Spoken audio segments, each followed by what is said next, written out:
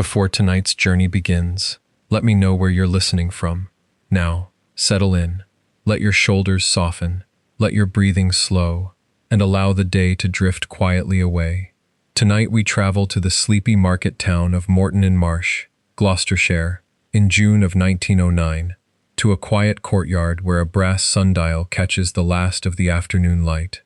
Among them is Arthur Finch, a 47-year-old horologist, carrying one leather satchel, one velvet pouch of small tools, and the persistent ache of a grief that had long since settled into his bones like a cold that would not lift. He expects only to restore a neglected instrument to working order, to mend a thing of brass and shadow, and return it to the measurement of hours. But the sundial has other intentions, and the old clockmaker who tends the courtyard's garden has been waiting for someone who might understand what it truly means to mark time. This is the story of Arthur Finch, and of 7 summer evenings, when a man who had spent his life repairing the mechanisms of hours discovers that time is not a thing to be wound or corrected, but a current to be surrendered to. So close your eyes, breathe gently, and let the slow train carry you through the scent of cut grass and the sound of distant church bells, and sleep. The train from Paddington had arrived at Moreton-in-Marsh station at 4:15 in the afternoon, and Arthur Finch had stood for a moment on the platform, his satchel heavy against his hip, watching the steam curl upward into a sky the color of old pewter. The air was different here. It carried something his London lungs had forgotten. The smell of damp earth, of hay, of something green and growing that had not been filtered through coal smoke, and the exhaust of motor cabs. He had not visited the Cotswolds in 12 years, not since Eleanor had insisted on that walking holiday in the spring of '97, when the bluebells had been so thick in the woods near Bourton-on-the-Water that they had looked like a spill of ink across the forest floor. He had not thought of that holiday in years. The memory arrived unbidden, and he let it pass, as he had learned to let all such memories pass, like clouds through a sky that was otherwise empty. He was here for work. The Reverend Eldridge, a clergyman of some antiquarian reputation, had written to him 3 weeks prior, describing a brass sundial in the courtyard of St. David's Church that had fallen into disrepair. The gnomon was bent, the hour lines were obscured by verdigris, and the plate had been knocked askew by what the Reverend suspected was a falling branch during the winter gales. Would Mr. Finch be so kind as to examine it, and to restore it if restoration were possible? Arthur had read the letter twice, then set it aside. He had been restoring sundials for 23 years, and he had developed a reputation, modest but genuine, for the care he brought to instruments that others considered merely decorative. He did not treat them as ornaments. He treated them as what they were: machines for measuring the relationship between the earth and the sun, devices that had been reading the sky long before anyone had thought to put a pendulum inside a wooden case. The job was straightforward. He would arrive, assess the damage, clean the plate, reset the gnomon, and return to London within the week. He would stay at the Redesdale Arms, take his meals in the dining room, and write a brief report for the Reverend before catching the 10:15 back to Paddington. That was what he expected. That was the shape of the coming days, as he understood it, neat and orderly, and without surprise. The station master, a man with a mustache of impressive proportions and a voice like gravel rolling downhill, directed him toward the High Street. "Redesdale's that way, sir. 1/4 mile, no more. You'll see the sign. Red Lion, gold lettering. Can't miss it." Arthur thanked him and began to walk. The satchel was not heavy, but it was full, and he adjusted the strap on his shoulder as he passed the low stone walls and the gardens that spilled over them with roses and lavender, and something that smelled faintly of mint. The houses were built of the same honey-colored stone, and they seemed to glow even in the absence of direct sunlight, as if they had absorbed the warmth of centuries and were now slowly releasing it into the air. He had forgotten how the light moved in this part of the country, how it seemed to pool in the hollows of the landscape, how it lingered on the stone as if reluctant to leave. The Redesdale Arms was a coaching inn of the old sort, with a courtyard paved in cobbles and a stable block that had been converted into a garage for motor cars. A young man in a leather apron was polishing the bonnet of a Talbot, and he nodded at Arthur as he passed. The reception desk was manned by a woman of perhaps 60, with spectacles on a chain, and a voice that suggested she had been managing the inn since before Arthur was born. "Mr. Finch," she said, consulting a ledger. "The Reverend wrote to say you'd be arriving. Room 7, at the top of the stairs. It's a quiet room, faces the garden rather than the street." Arthur signed his name in the ledger, accepted the key, and climbed the stairs. The staircase was narrow, and the wood had been worn smooth by generations of feet. His room was small, but clean, with a bed that had a thick eiderdown, a washstand with a porcelain basin, and a jug of water, and a window that looked out over a walled garden, where a single plum tree stood in the middle of a square of lawn. He set down his satchel, removed his jacket, and stood at the window for a long moment, watching the shadows of the plum tree's leaves shift across the grass. The letter from the Reverend had mentioned that the sundial was in the courtyard of St. David's Church, which was a short walk from the inn. He could have gone to see it that evening, but he had learned long ago that it was better to arrive at a new instrument, fresh, with a clear morning mind. The light would be better in the morning, too. He would see the shadows as they were meant to be seen. He unpacked his things, a clean shirt, a second collar, a small leather case containing his tools, and the velvet pouch that held his personal pocket watch, the one Eleanor had given him on their wedding day. He did not wind it. He had not wound it in 6 years, not since the morning of the funeral, when he had taken it from his waistcoat and placed it in the pouch and promised himself that he would never again measure time by anything that had been touched by her hands. He lay down on the bed, still dressed, and closed his eyes. The train journey had been long, and the air was soft, and the only sound was the distant clatter of a cart in the street and the occasional call of a blackbird in the garden. He did not sleep. He had not slept properly in 6 years, but he rested, and that was something. When he opened his eyes again, the light through the window had shifted from pewter to the color of honey. It was 6:30. He rose, splashed water on his face from the basin, and decided to take a walk before dinner. He would find the church, perhaps. He would see the courtyard, if only from the outside, and let the shape of the sundial settle into his mind before he set his hands upon it. He did not know then that the sundial was waiting for him, that it had been waiting for him for a very long time. Arthur Finch had been a horologist for 30 years, and he had been a widower for 6, and he had long since learned to arrange his days around the precise and predictable behavior of clockwork, because the rest of his life had proven itself to be anything but. He rose each morning at 6:30, winter and summer alike, and he made his way from his flat in Bloomsbury to his workshop on the 2nd floor of a building on Fetter Lane, where the windows faced east and the morning light fell across his bench in a steady, predictable arc. He worked until noon, took a sandwich and a cup of tea at a small cafe on Southampton Street, and returned to the bench until 5:30.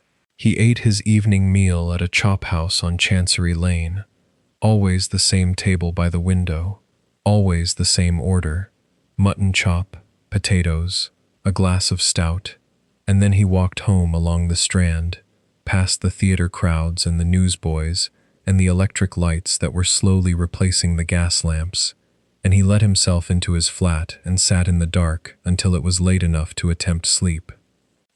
He did not sleep. He lay in the dark and listened to the sound of the city, which never truly quieted, and he thought about Eleanor. He thought about the way she had laughed, a sound like water running over stones. He thought about the way she had held her teacup with both hands, as if warming them on a winter's day.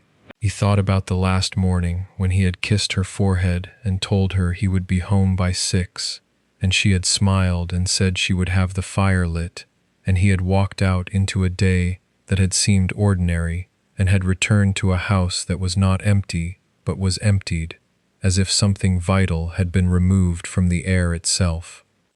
The doctor had said it was her heart, a weakness, he had called it, something that had been there since childhood, something that could have given way at any time. Arthur had nodded, and had paid the bill, and had stood in the hallway of the empty house, and felt the silence press against him like a physical weight. He had not cried. He had not known how to begin.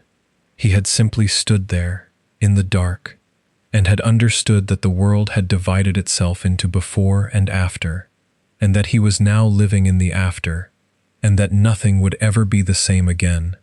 He had sold the house in Islington. He had moved to the flat in Bloomsbury, smaller, easier to manage, a place where the echoes could not hide in the corners. He had packed away Eleanor's things in a trunk that he kept at the foot of the bed, and he had taken down the photographs, and he had continued to live in the way that a clock continues to tick, even when no one is there to hear it. The mechanism of his days had become automatic. He woke, he worked, he ate, he walked, he lay down, he did not sleep. The hours passed, and he measured them, and he repaired the instruments that others used to measure them, and he did not ask himself why he was still going through the motions of a life that had lost its reason. The workshop on Fetter Lane was a narrow room, barely 12 feet wide, with a bench that ran the length of the wall and shelves that held the detritus of a lifetime of careful work. There were jars of screws and springs, sorted by size and type. There were boxes of watch crystals, and rolls of felt, and bottles of oil and solvent and polishing compound. There was a lathe in the corner, and a small anvil, and a collection of tweezers and files and brooches that Arthur had acquired over the course of 3 decades, each one worn to the shape of his hand. The room smelled of brass and oil and old wood, and it was the only place in the world where Arthur felt something approaching peace. He had apprenticed at the age of 16 to a man named Silas Croft, who had a shop on Clerkenwell Road and a reputation for being the finest restorer of marine chronometers in London. Silas had been a tall man, stooped from years of leaning over a bench, with fingers that were permanently stained with oil and a voice that was rarely raised above a murmur. He had taught Arthur how to read the error in a balance spring, how to true a train wheel, how to cut a new pivot from a piece of hardened steel. He had taught him that patience was not a virtue but a necessity, that the smallest mistake could undo hours of work, that a clock was not a machine, but a conversation between the maker and the materials. A clock wants to be right, Silas had said, on the first day of Arthur's apprenticeship. It wants to keep time, but it cannot do it alone. It needs you to listen to it, to understand what it is telling you, to correct the errors that the world has forced upon it. That is your job. Not to force it, but to help it become what it already is. Arthur had carried that lesson with him through every job he had ever taken. He did not impose his will upon the instruments he restored. He listened to them. He observed the wear patterns on the pivots, the discoloration of the brass, the way the gears had shifted over decades of use. He understood that every clock and every sundial had a history, a story written in scratches and tarnish, and the slow deformation of metal under the pressure of time. His job was not to erase that history, but to preserve it, to make the instrument functional again, while leaving the marks of its life intact. The sundial at St. David's Church would be no different. He would examine it, understand its errors, and correct them. He would clean the plate without removing the patina, straighten the gnomon without erasing the marks of the branch that had struck it, and reset the alignment so that it would once again tell the true solar time of the parish of Morton in Marsh.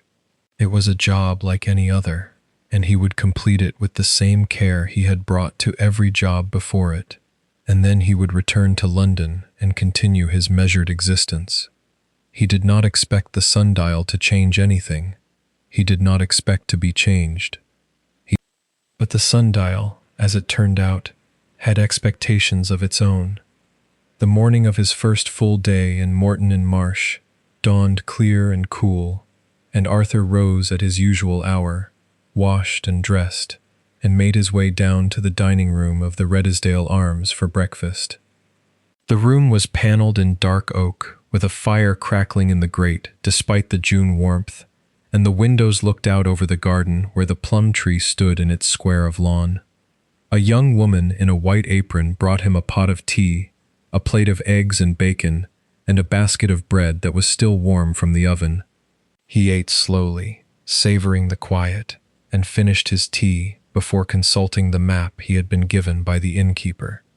St. David's Church was a 10-minute walk from the inn, along a lane that wound between hedgerows thick with cow parsley and wild roses. The church itself was a modest building, built of the same honey-colored stone as the rest of the town, with a square tower that rose above the surrounding trees and a churchyard that sloped gently down toward a small stream. Arthur passed through the lich gate and followed the path around the side of the church, where a low wall enclosed a courtyard that was paved with flagstones and shaded by an ancient yew tree. The sundial stood in the center of the courtyard, mounted on a stone pedestal that was carved with leaves and flowers and the date 1723. It was a brass plate, perhaps 18 inches in diameter, with a gnomon that rose from the center at an angle that corresponded to the latitude of the parish. Arthur set down his satchel and stood before it, his hands at his sides, and he looked at it for a long time without touching it. The instrument was in worse condition than the Reverend's letter had suggested. The brass was covered in a thick layer of verdigris, the green corrosion that formed on copper alloys when they were exposed to the elements for long periods without maintenance. The hour lines were barely visible beneath the crust, and the gnomon, the triangular piece that cast the shadow, was bent at the tip, certainly by the falling branch the Reverend had mentioned. The pedestal had shifted slightly as well, so that the plate was no longer level. The entire instrument was off by perhaps 2 degrees, which meant that the shadows it cast would be wrong by several minutes at any given time of day. Arthur took a small notebook from his satchel and began to make notes. He noted the angle of the gnomon, the degree of the pedestal's tilt, the depth of the verdigris, the condition of the hour lines. He sketched the plate, noting the positions of the surviving numerals and the gaps where the original engraving had been worn away. He worked slowly, methodically, allowing his eyes and his hands to gather the information that his mind would later process into a plan of restoration. He did not think about Eleanor. He did not think about the sleepless nights or the empty flat, or the years that had passed since he had felt anything resembling joy. He thought only about the sundial, about the brass and the shadows, and the precise geometry of the sky. This was the gift of his craft, the ability to lose himself in the details of a problem, to forget the world outside the workshop, to exist in a state of pure attention that was as close to peace as he had ever come since the day she had died. The Reverend Eldridge arrived at 9:30, a tall man with a white beard and a voice that carried the cadences of a lifetime of sermons. He shook Arthur's hand warmly and expressed his gratitude for the journey, and then he stood back and watched as Arthur began the first stage of the restoration, the careful removal of the surface corrosion. Arthur worked with a soft brush and a solution of mild soap and water, applied with a cloth that he had brought from London.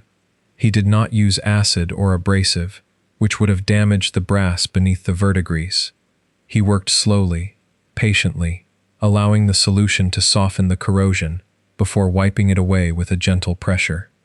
The green came off in thin flakes, revealing the warm yellow of the brass beneath, and the hour lines began to emerge from their obscurity, like writing from beneath a layer of fog.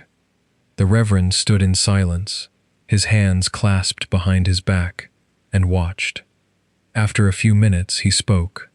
"You have a steady hand, Mr. Finch." 30 years of practice, Arthur replied, without looking up. "May I ask how you came to this profession? It is not a common one, I think." Arthur paused, the cloth in his hand, and considered the question.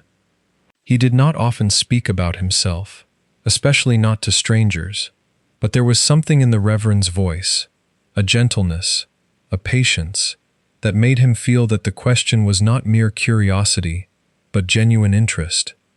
"I was apprenticed to a man named Silas Croft," he said. "He was a chronometer maker on Clerkenwell Road. He taught me that time is not a thing to be conquered, but to be understood, that a clock is not a machine, but a conversation." The Reverend nodded slowly. "And the sundial?" "Same principle, different method. A clock measures time mechanically, through the movement of gears and springs. A sundial measures it through the movement of the earth and the sun. Both are trying to do the same thing, to impose order on something that is, in its essence, beyond human comprehension." "Beyond human comprehension," the Reverend repeated, as if tasting the words. "And yet, you spend your life trying to make sense of it." Arthur looked up at the older man, and for a moment he felt a flicker of something. Recognition, perhaps, or the beginning of understanding. "Yes," he said, "I suppose I do." He returned to his work, and the Reverend returned to his silence. The morning passed, and the shadows moved across the courtyard, and the sundial began to reveal itself beneath Arthur's careful hands. By the third day, Arthur had fallen into a rhythm that was not unlike his rhythm in London, but softer, gentler, as if the air itself had been tempered by the countryside. He rose at 6, breakfasted in the dining room, and walked to the church by 7, when the sun was still low and the shadows were long, and the courtyard was empty of anyone but the occasional blackbird or robin that hopped among the flagstones. He worked until noon, then returned to the inn for a lunch of bread and cheese and a glass of ale, and then he walked into the town, exploring the streets and the shops and the small museum that housed a collection of Roman artifacts found in the fields around the parish. The work on the sundial was progressing slowly, but that was the nature of such work. He had removed the bulk of the verdigris, revealing the engraved hour lines and the numerals that mark the hours from 4 in the morning to 8 in the evening. He had straightened the gnomon, using a small brass hammer and a block of soft wood to coax the bent metal back into alignment. He had leveled the pedestal, placing thin shims of lead beneath the base to correct the tilt.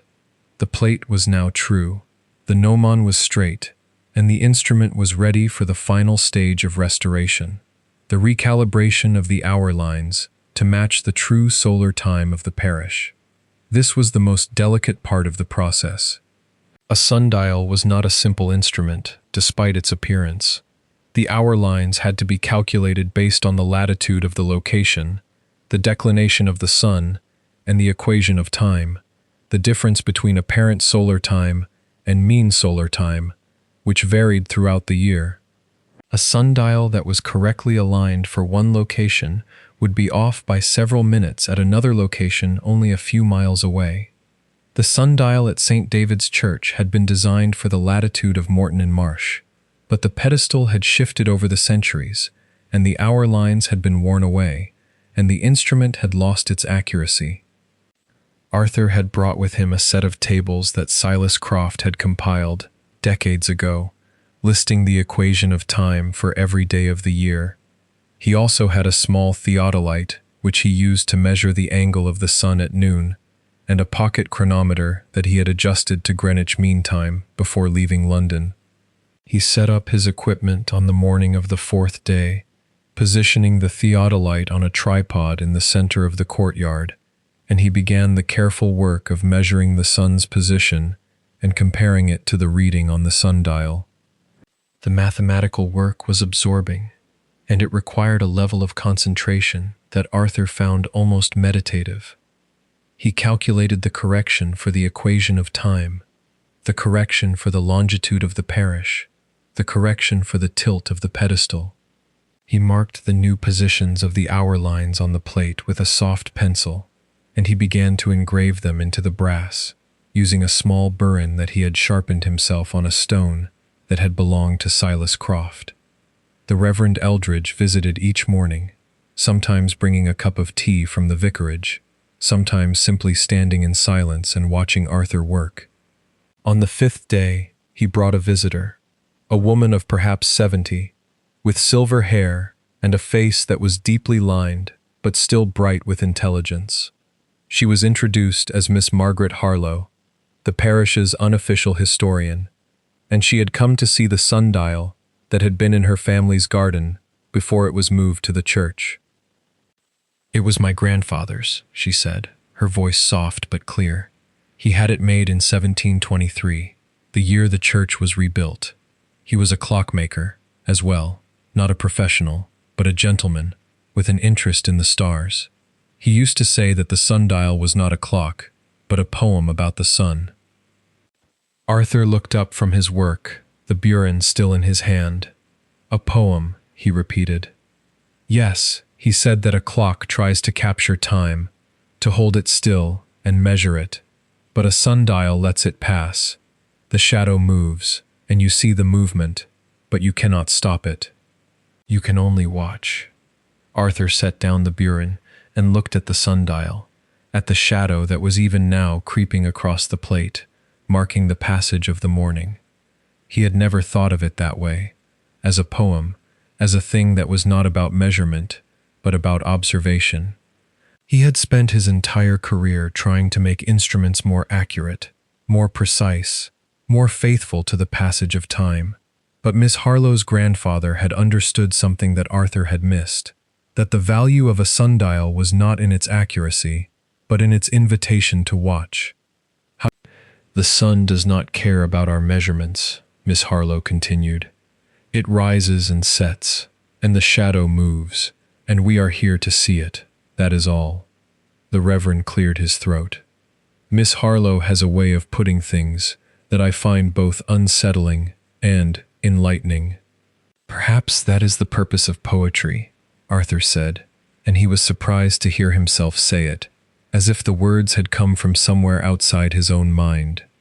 He returned to his work, but the phrase stayed with him, like a tune that he could not quite shake. A poem about the sun. He thought about it as he engraved the hour lines, as he polished the brass, as he packed his tools at the end of the day and walked back to the inn through the evening air. He thought about it as he lay in bed that night, staring at the ceiling, listening to the sound of the blackbird in the garden. He had come to Morton in Marsh to restore a sundial. He had not expected to be restored himself, but the sundial was not finished with him. Not yet. On the 6th day, Arthur woke to the sound of rain against the window, a soft and steady percussion that seemed to fill the room with a gray, diffused light. He had grown accustomed to the rhythm of clear mornings, and the change in the weather felt like a small disruption, a reminder that the world did not always cooperate with his plans. He dressed slowly, took his umbrella from the stand by the door, and made his way down to the dining room, where the fire had been lit and the windows were steamed over with the warmth of the room. Breakfast was served by the same young woman in the white apron, who smiled at him as she set down the pot of tea. "Rain's set in for the day, sir. The Reverend telephoned to say you're welcome to work in the church itself, if you'd like. He said the light is good by the south window." Arthur thanked her and finished his breakfast, then gathered his tools and made his way through the rain to St. David's Church. The path was slick with wet leaves, and the hedgerows dripped with a steady stream of water that fell onto his umbrella in a pattern that was almost musical. He reached the church, shook the rain from his coat, and pushed open the heavy oak door. The interior of the church was dim and cool, with the smell of old wood and candle wax, and the faint, sweet scent of the lilies that stood in a vase on the altar. The windows were of clear glass, and the rain had turned the light outside into a soft, milky glow that filled the space with a sense of stillness. Arthur stood for a moment, letting his eyes adjust, and then he made his way to the south aisle, where a small table had been set up near the window, with a chair and a lamp and a cup of tea that had been left for him. He had brought with him the brass plate from the sundial, which he had removed from the pedestal the previous evening. He had planned to work on the final adjustments in the courtyard, but the rain had changed his plans, and he was grateful for the Reverend's offer of the church. He set the plate on the table, adjusted the lamp, and began to examine the engraved hour lines under the magnifying glass that he had brought from London. The work was painstaking, but it was also peaceful. The rain fell against the windows, and the church was quiet, and the only sounds were the occasional creak of the old wood and the soft scratch of the burin against the brass. Arthur lost himself in the details, in the careful alignment of the lines, in the precise measurement of the angles. He did not think about the time, or about the rain, or about anything beyond the work in front of him. He was interrupted, after an hour or so, by the sound of footsteps on the stone floor. He looked up to see the Reverend Eldridge approaching, carrying a second cup of tea. "I thought you might need this," the Reverend said, setting the cup on the table. "The rain shows no sign of stopping, I'm afraid." "Thank you, Reverend." The Reverend did not leave. He stood by the window, looking out at the rain, and after a moment he spoke. "I have been thinking about what Miss Harlowe said, about the sundial being a poem. I wonder if you have found that to be true in your work."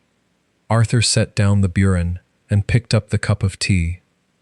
The warmth of it seeped through the porcelain, and he held it in both hands, as Eleanor had always held her teacup. "I have never thought of it that way," he said. "I have always thought of it as a problem to be solved, an instrument to be corrected. And now?" Arthur looked at the brass plate, at the hour lines he had been engraving, at the shadow of the rain on the window. "Now I am not so sure. I think I have been so focused on the accuracy of the instrument that I have forgotten what it is for." "And what is it for?" Arthur considered the question. He thought about the sundial in the courtyard, about the way the shadow had moved across the plate, about the feeling he had had when he had first seen it, not as a machine, but as a thing of beauty, a thing that was meant to be watched, not measured. "It is for reminding us that time passes," he said, "and that we are here for a moment to see it." The Reverend nodded slowly. "That is a good answer, Mr. Finch. I think Miss Harlowe's grandfather would have approved." They stood in silence for a moment, watching the rain, and then the Reverend excused himself, leaving Arthur alone with his work and his thoughts. He returned to the engraving, but his hand was slower now, more deliberate. He was not just correcting the hour lines, he was listening to the instrument, as Silas Croft had taught him, and he was beginning to understand that the sundial had something to teach him if he was willing to learn. The rain continued to fall, and the church grew darker, and the lamp cast a warm circle of light on the brass plate. Arthur worked until the light outside began to fade, and then he packed his tools and made his way back to the inn, the rain still falling, the world still soft and gray and full of the sound of water. He did not sleep that night, but he did not lie awake in the dark either. He sat by the window of his room, watching the rain fall on the garden, and he thought about the sundial and about the poem it was writing, hour by hour, in the language of light and shadow. On the 7th morning, the rain had stopped, and the world was washed clean, the air thick with the smell of wet earth and grass, and the particular sweetness that comes after a long storm. Arthur woke early, dressed, and walked to the church through a landscape that seemed to have been remade overnight. The hedgerows were heavy with water, and the lane was littered with small branches and leaves, and the sky was a pale, milky blue, as if the rain had taken the color from it and left only a faint wash of light. The sundial was still on the table in the church, and Arthur spent the morning making the final adjustments to the hour lines. He worked with a precision that was almost automatic, his hands moving with the confidence of years of practice, but his mind was elsewhere.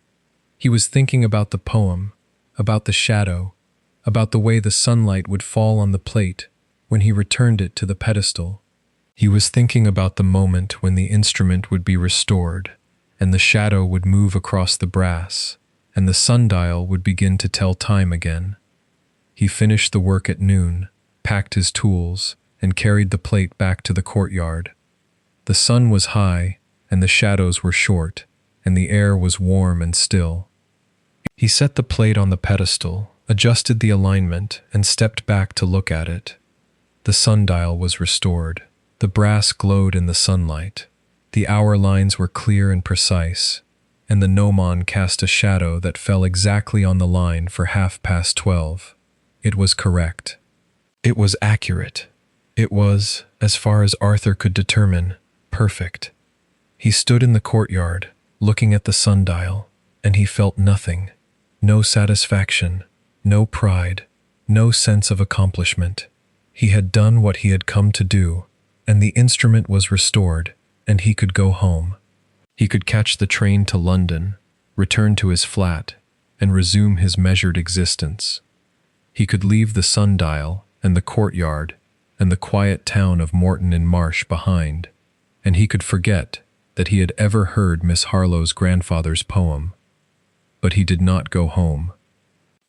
Instead, he walked down the lane, past the church, toward the stream that ran through the meadow at the edge of the parish. He did not know why he was walking, only that he needed to move, to be outside, to feel the air on his face and the sun on his hands. The path followed the stream, which was swollen with the rain and running fast and clear over the stones. The water made a sound that was like a conversation, a constant, murmuring flow that seemed to carry the words of the world away with it. He walked for perhaps an hour, following the stream as it wound through the meadow, past the willows and the alders, past the places where the banks were steep and the water deepened into pools that reflected the sky. He walked until he came to a place where the stream widened into a shallow, gravelly stretch, where the water ran over the stones in a pattern of ripples and light. He sat on the bank, on a flat stone that had been worn smooth by the water, and he watched the stream flow past. He did not think about Eleanor. He did not think about the sundial. He did not think about the past or the future or the long, empty years that stretched behind him and before him. He thought only about the water, about the way it moved, about the way it carried the light and the shadows and the leaves and the small, glittering stones that were scattered across the bed of the stream. He had spent his life measuring time. He had spent his life trying to capture it, to hold it still, to correct it. But the stream did not measure time. It did not correct it. It simply flowed, and the world flowed with it, and the sun moved across the sky, and the shadows moved across the ground, and everything was as it was, without effort, without resistance, without the need for any correction at all. The thought was not a revelation. It was not a moment of clarity or understanding. It was simply a thought, a small, quiet thought that settled into his mind like a stone settling into the bed of the stream. He sat with it, watching the water, and the afternoon passed, and the sun began to sink toward the horizon. When he finally stood up, his legs were stiff and his back was sore, but he felt something that he had not felt in a very long time. He felt calm. Not happiness, not peace, not joy, but a kind of stillness, a quietness, a sense that the world was not something he needed to fix or correct or measure, but something he could simply be part of. He walked back to the inn through the long evening shadows, and the air was cool and sweet, and the blackbird was singing in the garden. He ate his dinner in the dining room, and he drank a glass of wine, and he went to his room and lay down on the bed, and he did not try to sleep. But for the first time in 6 years, he did not lie awake either. He lay in the dark, listening to the sound of the blackbird, and he thought about the stream, and the sundial, and the poem about the sun. And somewhere, in the quiet of the night, the shadow of sleep began to move across his mind. The 8th morning arrived with a quality of light that Arthur had not seen since his childhood, when he had spent summers at his grandmother's cottage in the Sussex Downs. It was a soft, golden light, the kind of light that seemed to come from within the air itself, and it filled the room with a warmth that was not of temperature, but of tone. He lay in bed for a long moment, watching the light move across the ceiling, and then he rose and dressed and went downstairs.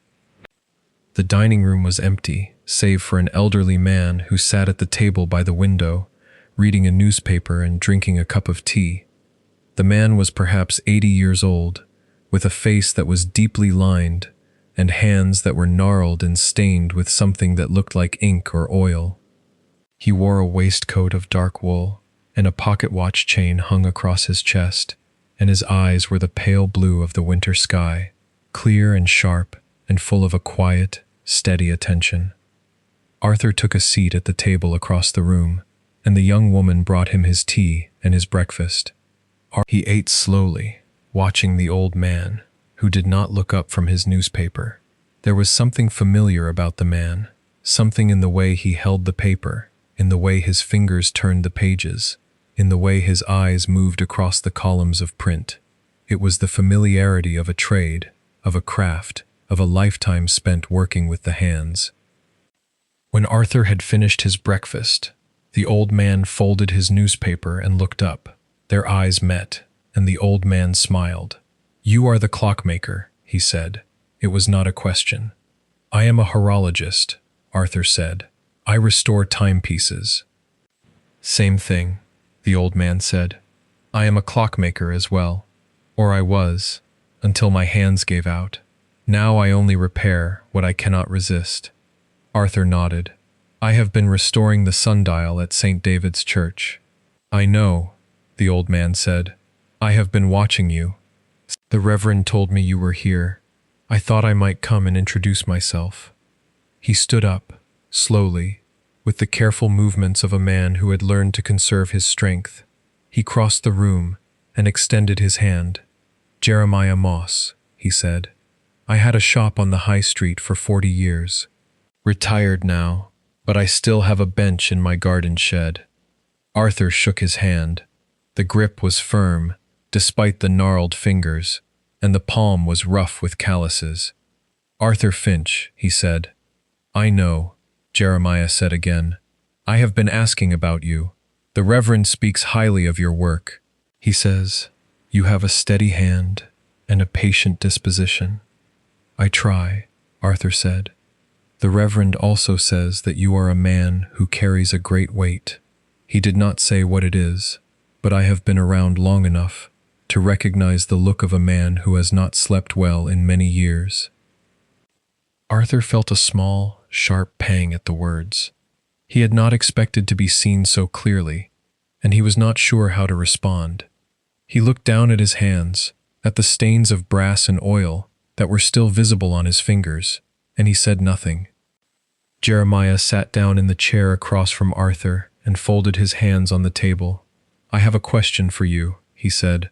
"It is a question that I have asked every clockmaker I have ever met, and I have never received an answer that satisfied me. What is the question? Why do we measure time?" It was a simple question, and it was not a simple question. Arthur had thought about it, of course, in the abstract. He had thought about the history of timekeeping, the development of the pendulum, the invention of the marine chronometer, the standardization of the time zones. But he had never thought about it as a personal question, as a question that applied to his own life, to his own work, to his own restless nights. "To impose order," Arthur said, after a long pause, "to make sense of the world, to know when to rise, when to work, when to rest." Jeremiah nodded slowly. That is the usual answer, but I have never been satisfied with it. I have spent my life making clocks, and I have come to believe that we do not measure time at all. We measure the movement of the hands, the rotation of the gears, the passage of the sun across the sky. But time itself, the thing that moves through us, that changes us, that carries us forward, cannot be measured. It can only be experienced. Arthur looked at the old man, at the pale blue eyes, at the hands that had spent a lifetime shaping the instruments of measurement. Then why do we keep making clocks? Because we are afraid, Jeremiah said. We are afraid of what we do not understand. We are afraid of the darkness, of the silence, of the long, empty hours that stretch between the moments of our lives. So we build clocks, and we watch the hands move, and we tell ourselves that we are in control. But we are not in control. We never have been. The time moves through us, and we move with it, and all we can do is watch. The words hung in the air, and Arthur felt something shift inside him, a small, quiet movement, like the turning of a gear that had been stuck for a very long time. He looked at Jeremiah, and he saw that the old man was not speaking from theory. He was speaking from experience, from a lifetime of watching the hands move, from a lifetime of understanding that the instruments he made were not cages for time, but windows into it. "Do you believe that?" Arthur asked. "I believe it," Jeremiah said, "but I did not always believe it. I had to learn it, the hard way, and I am still learning." He stood up, slowly, and looked at Arthur with an expression that was both kind and knowing. "I keep my bench in the garden shed, as I said. If you would like to see it, you are welcome. I am not far from here, the lane behind the church, the cottage with the red door. I am there most afternoons." He picked up his newspaper, tucked it under his arm, and walked out of the dining room, leaving Arthur alone with his empty teacup and the sound of the blackbird in the garden. Arthur sat for a long time at the dining room table after Jeremiah had gone. The teacup had grown cold, and the blackbird had fallen silent, and the golden light of the morning had shifted into the brighter, more insistent light of late morning. He looked at his hands, at the stains of brass and oil, and he thought about the question that Jeremiah had asked. Why do we measure time? He had answered without thinking, had given the answer that he had always given, the answer that was expected of a man in his profession. But the answer had not satisfied him, and he could see that it had not satisfied Jeremiah either. There was something more to the question, something that he had not yet grasped, something that the old clockmaker had been trying to show him. He stood up, placed his teacup on the sideboard, and walked out of the inn. The lane was quiet, the shops were open, and the sound of conversation drifted from the bakery and the butcher's and the small grocery, where a woman was arranging apples in a wicker basket. He turned down the lane behind the church, past the stone wall and the yew tree, and found the cottage with the red door. It was a small cottage, with a roof of brown tiles and a chimney that leaned slightly to the left. The garden was overgrown, not with neglect, but with intention. Roses climbed the walls, lavender spilled across the path, and a small apple tree stood in the corner, its branches heavy with fruit that had not yet been picked. The garden shed stood at the back, its door open, and Arthur could see the figure of Jeremiah moving inside. He approached the shed and stopped at the threshold. The interior was dim and smelled of oil and wood and something sharp that might have been turpentine. Shelves lined the walls, filled with boxes and jars and small mechanical parts, and in the center of the room stood a wooden workbench, cluttered with tools and pieces of brass, and the delicate inner workings of a dozen clocks in various states of disrepair. Jeremiah looked up and smiled. "You came," he said. "I was not sure that you would." Arthur stepped inside, and the light from the doorway fell across the workbench, illuminating the tangle of gears and springs and tiny screws. "This is a remarkable collection," he said. "It is a lifetime," Jeremiah said. "Every clock here has a story. This one," he pointed to a small carriage clock with a cracked face, "belonged to a sea captain who sailed to the Indies. It stopped working the day his ship sank, but he survived, and he carried it home, and he asked me to repair it. I did, but I have never been able to make it keep time properly. It runs fast, then slow, then fast again, as if it remembers the storm." Arthur picked up the clock and turned it over in his hands. The case was brass, worn smooth by years of handling, and the crack in the face ran from the number 9 to the number 12, like a lightning bolt frozen in glass. "Why not replace the face?" he asked. "Because the crack is part of its story," Jeremiah said. "If I replaced it, the clock would be perfect, but it would no longer be true. It would be a clock that had never been to sea." He said it simply, as if it were obvious, and Arthur realized that it was. He set the clock down and looked around the shed. There were clocks of every kind: a long case clock with a moon phase dial, a bracket clock with a cherub on top, a mantel clock with a pair of gilt eagles, a dozen watches lying in a wooden tray, their faces open like the faces of sleeping children. "You have been at this a long time," Arthur said. 62 years, Jeremiah said. "I started as an apprentice when I was 14. I learned from a man named Thomas Gresham, who had learned from a man named James Cole, who had learned from a man whose name I have forgotten.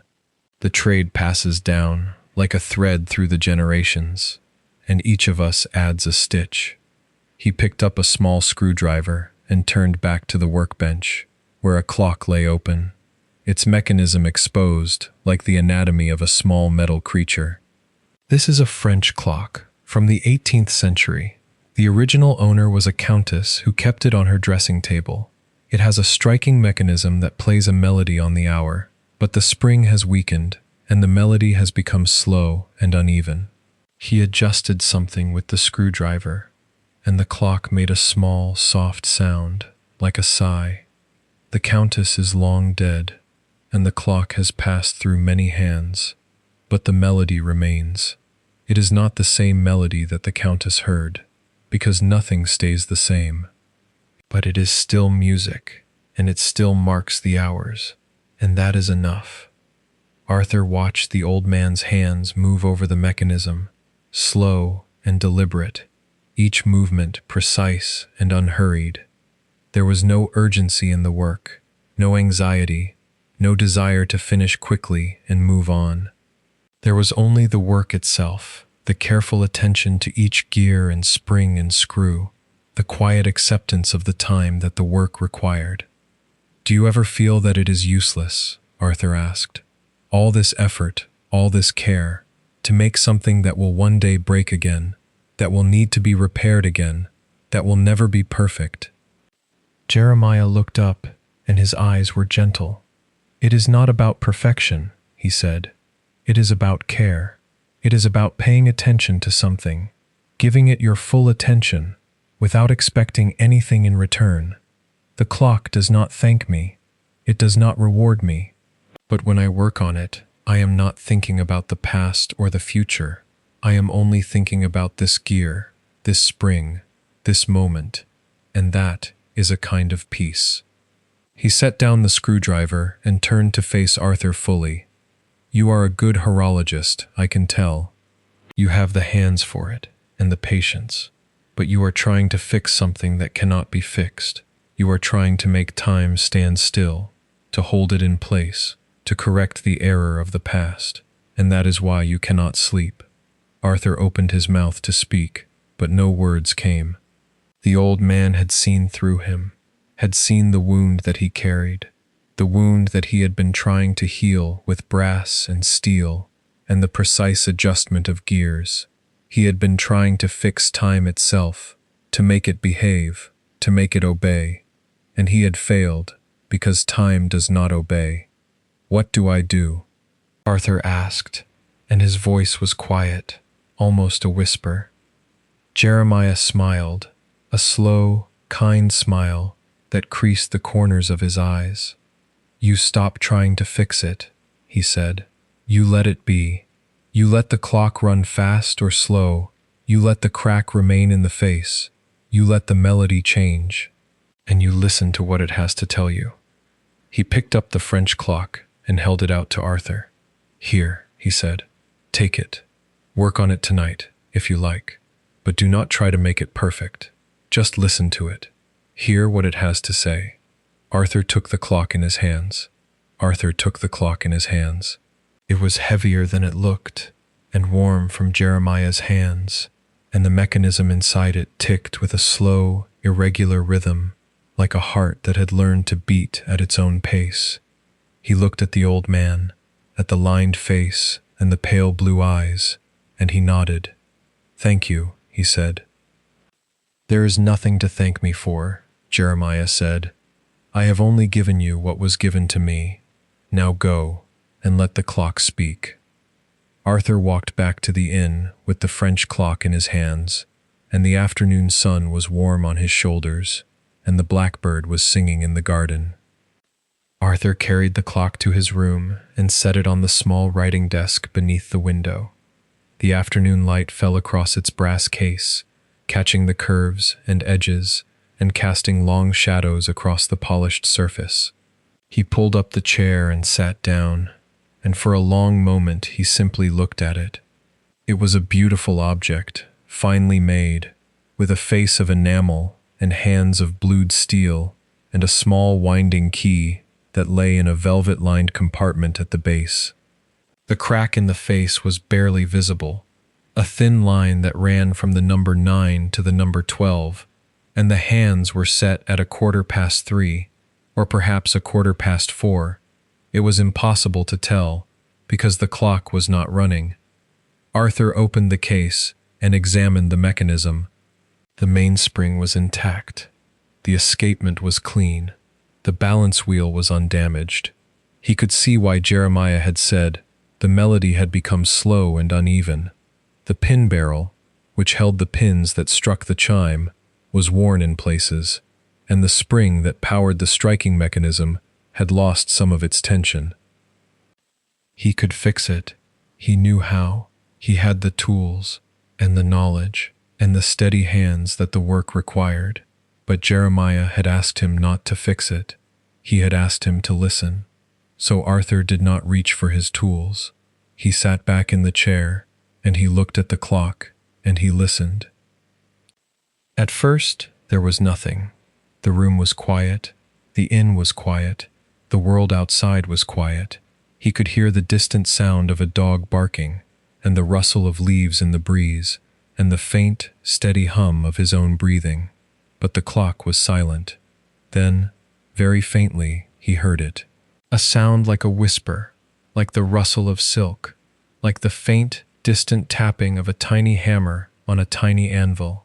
It was the sound of the mechanism settling, of the metal expanding and contracting with the changes in temperature, of the hairspring vibrating at a frequency too low to hear but too high to ignore.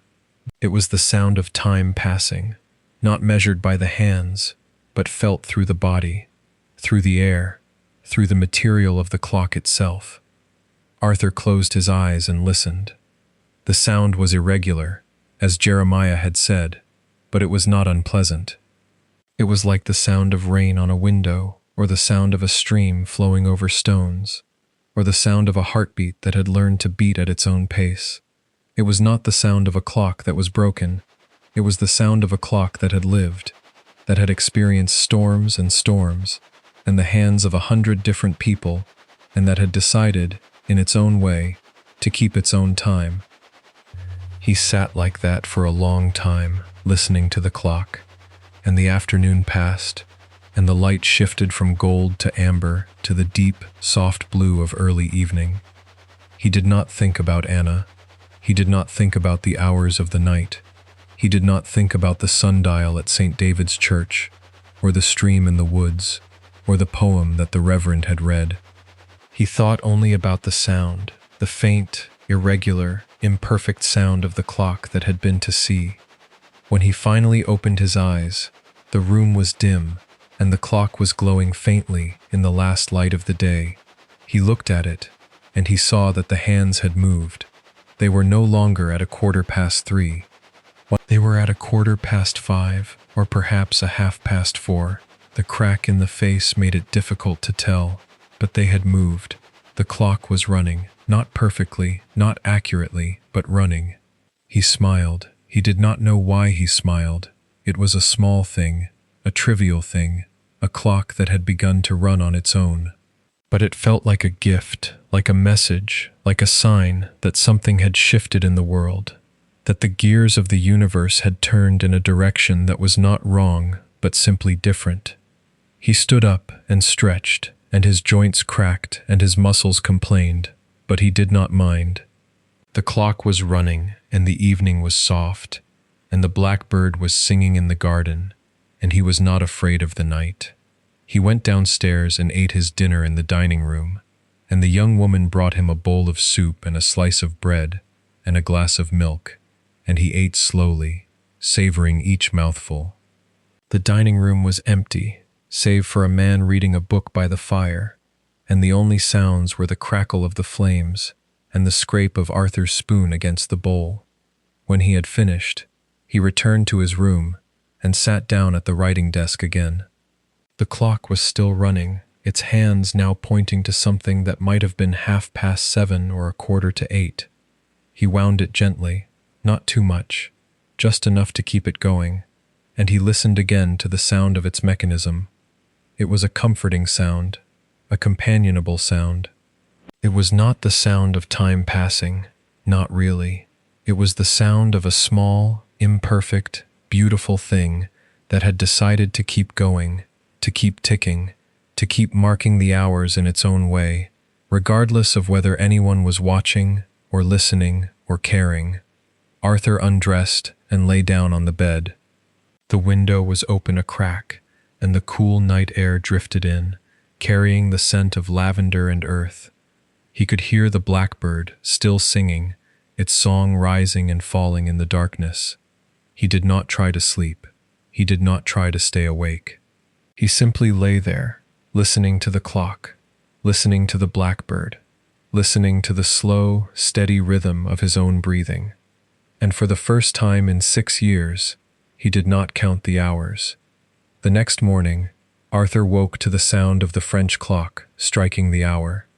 It was not a clear, bright sound.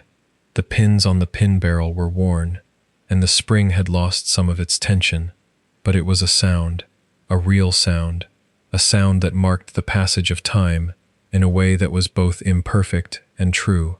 He lay in bed and counted the chimes. 7, 8, 9, 10, 10 o'clock. He had slept through the night. He rose slowly, feeling the unfamiliar weight of a rested body, and dressed and went downstairs. The dining room was bright with morning light, and Jeremiah was sitting at the table by the window, his newspaper folded in front of him, a cup of tea steaming at his elbow. "Good morning," Jeremiah said, looking up. "I see you kept the clock company." "I did," Arthur said, sitting down across from him. "It spoke to me." "Did it? What did it say?" Arthur thought for a moment. "It did not say anything in words, but I listened to it, and I understood that it did not need to be fixed. It needed to be heard." Jeremiah nodded, a slow, satisfied nod, as if Arthur had answered a question that he had been waiting to hear. "That is the first lesson," he said. "The clock is not a problem to be solved. It is a voice to be heard, and once you hear it, you can begin to understand what it has to tell you." He took a sip of tea, and his hands were steady on the cup. "I learned that lesson the hard way. I told you that I had been at this for 62 years, but I did not tell you that I spent the first 40 of those years trying to fix everything. I was never satisfied. Every clock I repaired, I wanted to make perfect. Every error I corrected, I wanted to correct completely. And I never succeeded, because perfection is not possible. He set down the cup and looked at Arthur with eyes that held the weight of decades. My wife, Miriam, died when I was 53. She had been ill for a long time, and I had spent those years trying to fix her too. I brought her medicines. I consulted doctors. I read every book I could find on her condition, and I failed. She died, and I was left alone with my workbench and my clocks and the terrible, empty silence of the house. Arthur felt a pang of recognition at the words. He knew that silence. He had lived in it for 6 years. He had filled it with the ticking of clocks, the careful adjustment of gears, the endless, pointless effort to make something perfect in a world that was not perfect and never would be.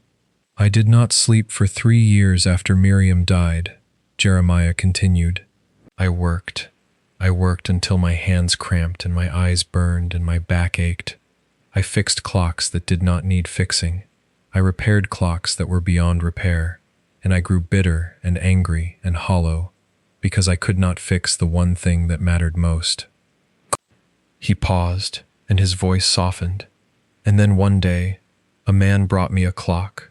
It was a simple clock, a mantel clock, made of oak and brass, with a face that had been cracked in 2 places. The man told me that it had belonged to his grandmother, who had died the previous winter. He asked me to repair it, to make it perfect again, so that he could remember her as she had been. Arthur leaned forward. Did you repair it? No, Jeremiah said. I opened it, and I looked at the mechanism, and I saw that the crack in the face was not a flaw. It was a record. It was the mark of the time that the clock had spent with his grandmother, of the years it had sat on her mantelpiece, of the hands that had wound it, and the tears that had fallen on it, and the joy that it had measured. It was not broken. It was alive. He smiled, a distant, remembering smile. I told the man that I would not repair it. I told him that the crack was a part of the clock's story, and that if I removed it, I would be removing his grandmother as well. He was angry at first, but then he understood. He took the clock home, and he set it on his own mantelpiece, and he said that every time he saw the crack, he remembered her face. Arthur sat in silence, listening to the story, and the words settled into him like water into dry earth. He had been trying to repair the crack in his own life, the crack that Anna's death had left in the fabric of his days. He had been trying to make it smooth, to cover it, to pretend that it had never happened. But the crack was not a flaw. It was a record. It was the mark of the time they had spent together, of the love they had shared, of the life they had built, and if he tried to remove it, he would be removing her as well. What did you do? He asked. After you gave the man back his clock. Jeremiah looked at him, and his eyes were clear and calm. I went home, and I opened my own workshop, and I looked at the clocks that I had been working on, and I saw that they were not broken. They were alive. They had their own stories, their own rhythms, their own ways of marking time, and I stopped trying to fix them. I started listening to them. He reached out and placed his hand on Arthur's arm, a gentle touch, a human touch. You have a good heart, Arthur. You have a steady hand and a patient disposition. But you have been trying to fix something that cannot be fixed. You have been trying to make time stand still, and that is why you cannot sleep. Arthur looked down at his hands, at the stains of brass and oil, at the fingers that had touched so many pieces of time. How do I stop? He asked. You have already started, Jeremiah said. You listened to the clock. You heard its voice. Now you must listen to your own. He stood up, slowly, and picked up his newspaper. I have one more thing to show you, he said. Come with me.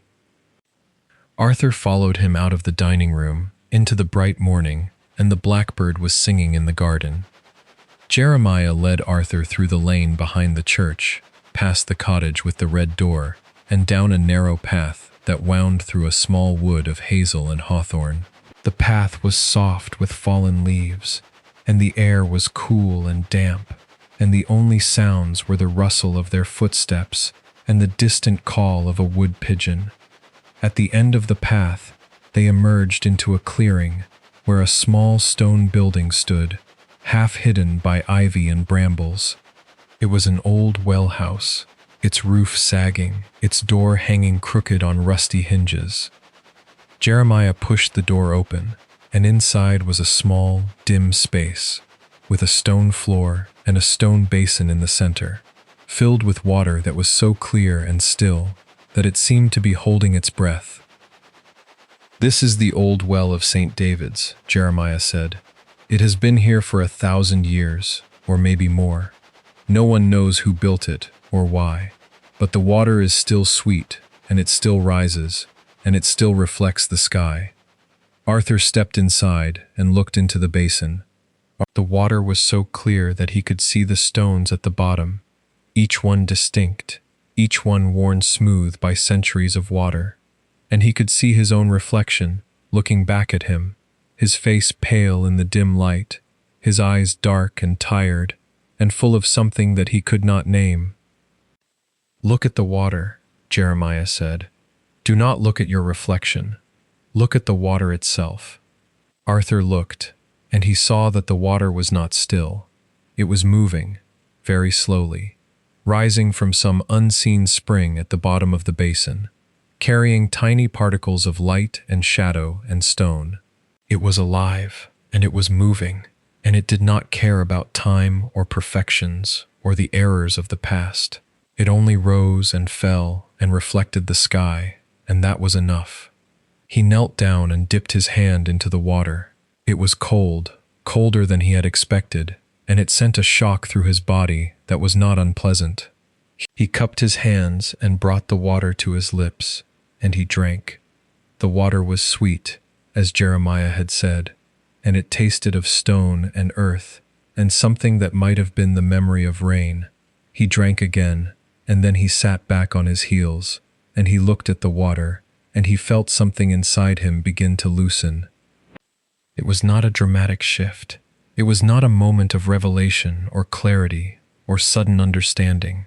It was a small, quiet loosening, like the turning of a screw that had been tightened too far, like the release of a spring that had been wound too tight. It was the sound of the French clock, the irregular, imperfect sound of a thing that had decided to keep its own time. Jeremiah stood in the doorway, watching, his hands folded, his face patient and kind. "You do not have to let go of her," he said.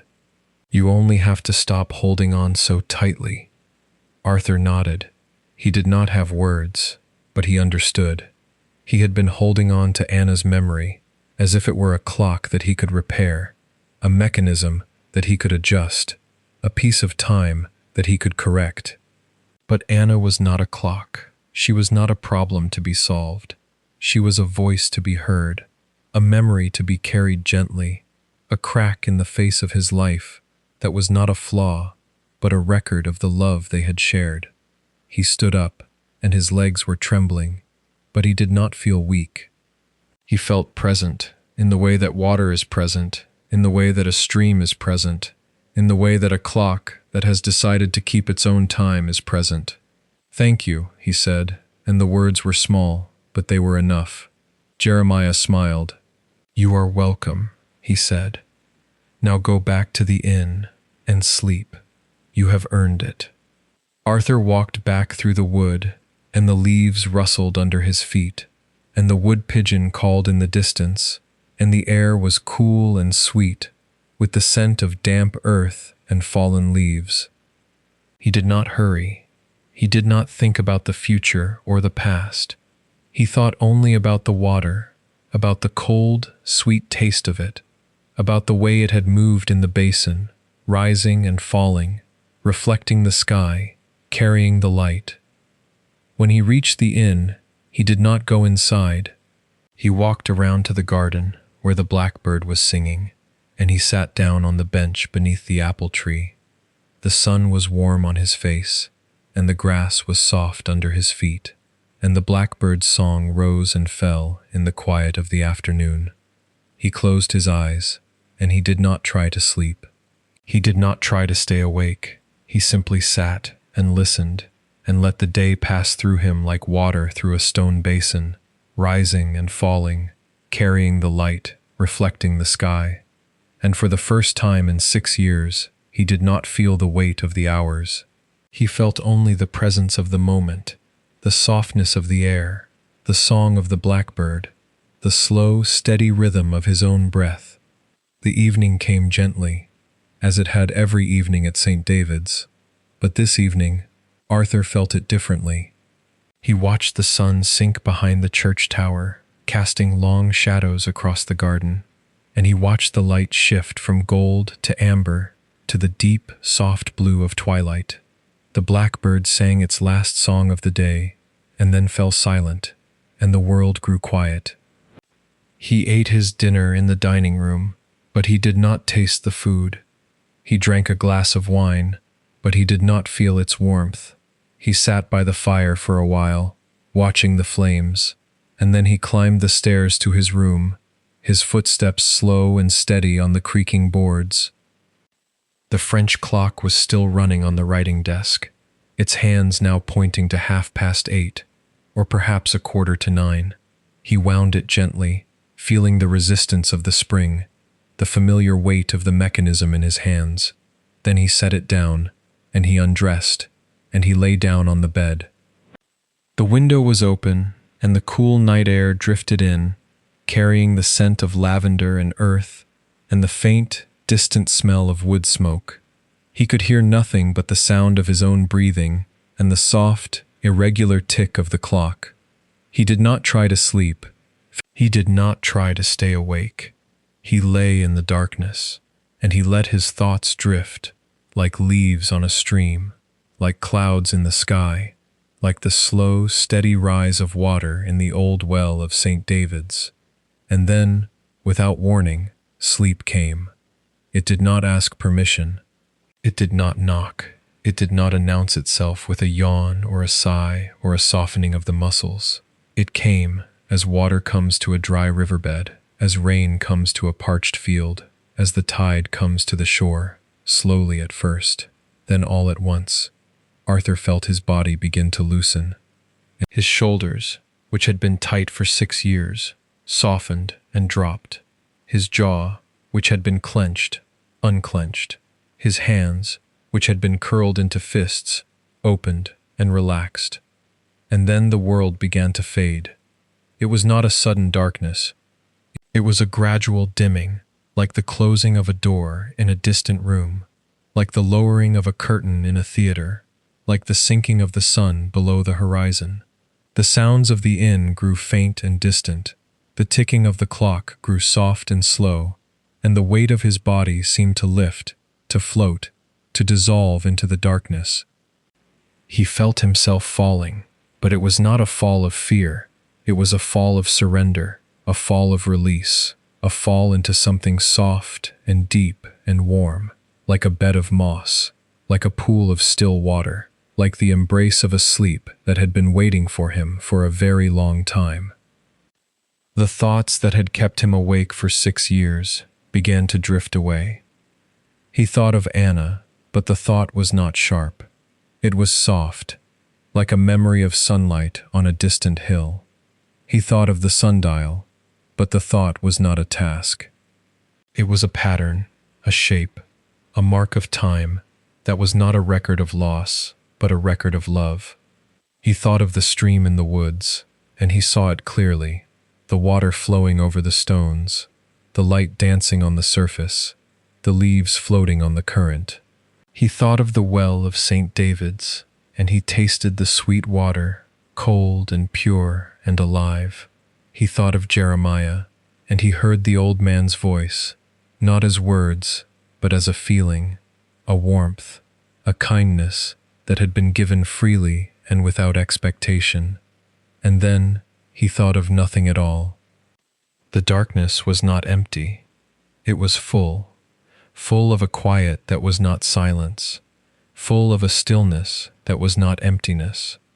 It was the darkness of sleep, the deep, restorative darkness that comes to a body that has finally, after a long and weary journey, found its way home. The French clock ticked on, marking the hours in its own irregular way. The night air drifted in through the window, carrying the scent of lavender and earth. The blackbird slept in its nest in the garden, its head tucked under its wing. And Arthur Finch, the horologist who had spent 6 years trying to repair time, slept. He slept as he had not slept since Anna was alive. He slept as the stream flows, as the well rises, as the tide turns. He slept as the earth sleeps in winter, deep and quiet and full of the promise of spring. The hours passed, and the moon moved across the sky, and the shadows shifted across the floor. The clock ticked, and the night breathed, and Arthur slept. The sleep that took Arthur was not the thin, fragile sleep of the insomniac, the sleep that hovers at the edge of waking, ready to shatter at the smallest sound. It was the deep, heavy sleep of a man who has finally laid down a burden that he has carried for too long. It was the sleep of a stone at the bottom of a lake, still and silent and complete. In that sleep there were no dreams, or if there were, they were too deep to be remembered. There was only the slow, steady rhythm of his breath, the soft, regular beat of his heart, the quiet, effortless surrender of his body to the night. The French clock ticked on, its irregular rhythm marking the hours in its own way. At 11, it struck a single, hesitant chime. At midnight, it struck 12, but the last chime was faint, almost a whisper. At 1, it struck once, and then fell silent, as if it too had decided to rest. The moon rose higher, and its light fell through the window, casting a pale, silver rectangle on the floor. The shadows of the apple tree moved across the light, swaying in the breeze. The air grew cooler, and the scent of lavender grew stronger, and the world outside the window was still and quiet and timeless. Arthur lay on the bed, his face relaxed, his hands open at his sides. He was not thinking, he was not feeling, he was simply being in the way that a clock is being when it is running, in the way that a stream is being when it is flowing, in the way that a well is being when it is rising. The hours passed, and the night deepened. The moon set, and the stars grew bright, and the darkness of the early morning settled over the world like a blanket of black velvet. The blackbird stirred in its nest, then settled again. The dog in the village barked once, then fell silent, and still Arthur slept. He slept through the small hours, the hours when the world is at its quietest, when the distance between one breath and the next feels infinite, when the darkness is so complete that it seems to have a weight and a presence of its own. He slept through the turning of the night, through the slow, patient passage of time that he had spent so many years trying to control. At 3:30, the French clock made a sound that was not a chime, but a sigh, a small, soft exhalation of brass and steel, as if it too had found a kind of rest. Arthur did not hear it. He was too deep, too far gone, into the sleep that had been waiting for him for 6 years. At 4, the sky began to lighten, a pale, gray light that crept over the horizon like the first brushstroke of a watercolor. The blackbird stirred again, and this time it did not settle. It sang a single, clear note, a note that hung in the air for a long moment, and then it sang again. At 5, the light grew stronger, and the shapes of the room began to emerge from the darkness. The writing desk, the French clock, the chair, the window, all of them took shape, slowly, as if they were being painted into existence by the hand of the dawn. And still, Arthur slept. He slept as the sun rose, as the light poured through the window, as the garden filled with the songs of birds and the sounds of the morning. He slept as the inn came to life, as the young woman began to prepare breakfast, as the reverend walked to the church to ring the bell for morning prayers. He slept, and the world continued without him, as it always had, as it always would. The stream flowed, the sun moved, the clock ticked, and Arthur slept. Arthur woke to the sound of the French clock striking the hour. The chimes were clearer than they had been the night before, as if the clock had rested too and had found its voice again. He counted them. 7, 8, 9, 9 o'clock. He had slept for 12 hours. He lay still for a moment, feeling the unfamiliar weight of a rested body. His shoulders were soft, his jaw was unclenched, his hands were open. He felt as if he had been submerged in something warm and deep, and had only just surfaced, blinking in the light. He sat up slowly, and the room came into focus. The morning light was bright and golden, pouring through the window and falling across the bed. The French clock was still ticking on the writing desk, its hands pointing to 9 o'clock, or perhaps a few minutes past. The crack in its face caught the light and threw a small, sharp shadow across the desk. He dressed and went downstairs. The dining room was empty, save for the young woman, who smiled at him as she brought him his tea and his breakfast. He ate slowly, savoring the taste of the bread and the warmth of the tea, and he watched the light move across the floor. When he had finished, he walked out into the garden. The blackbird was singing in the apple tree, and the lavender was heavy with dew, and the air was cool and sweet. He sat down on the bench and looked at the church tower, rising above the trees, its clock face catching the morning sun. He thought about the sundial. He would finish it today, he decided. He would clean the brass, adjust the gnomon, set it to the correct time, but he would not try to make it perfect. He would let it be a sundial, a simple instrument that marked the passage of the sun across the sky, without judgment, without correction, without the need to measure anything but the light. He thought about Anna. He would carry her with him, always, but he would carry her gently, like the crack in the face of the French clock, like the worn pins on the pin barrel, like the softened spring that made the melody slow and uneven. He would carry her as a record of the time they had shared, not as a wound that needed to be healed. He stood up and walked to the churchyard. The sundial was waiting for him, its brass surface warm in the morning light. He knelt down and picked up his tools, and he began to work. He did not think about the hours. He did not think about the years. He thought only about the brass, about the shadow, about the light. He worked slowly, carefully, without urgency. And when he was done, he stood up and looked at the sundial. The shadow of the gnomon fell across the numerals, marking the hour with a precision that was not perfect, but was true. The sun was warm on his face, and the blackbird was singing, and the stream in the woods was flowing, and the world was as it was, without effort, without resistance, without the need for any correction at all. He smiled, and then he turned and walked back to the inn, to pack his things, to say goodbye to Jeremiah, to continue his journey. But he did not hurry. There was time. There was always time.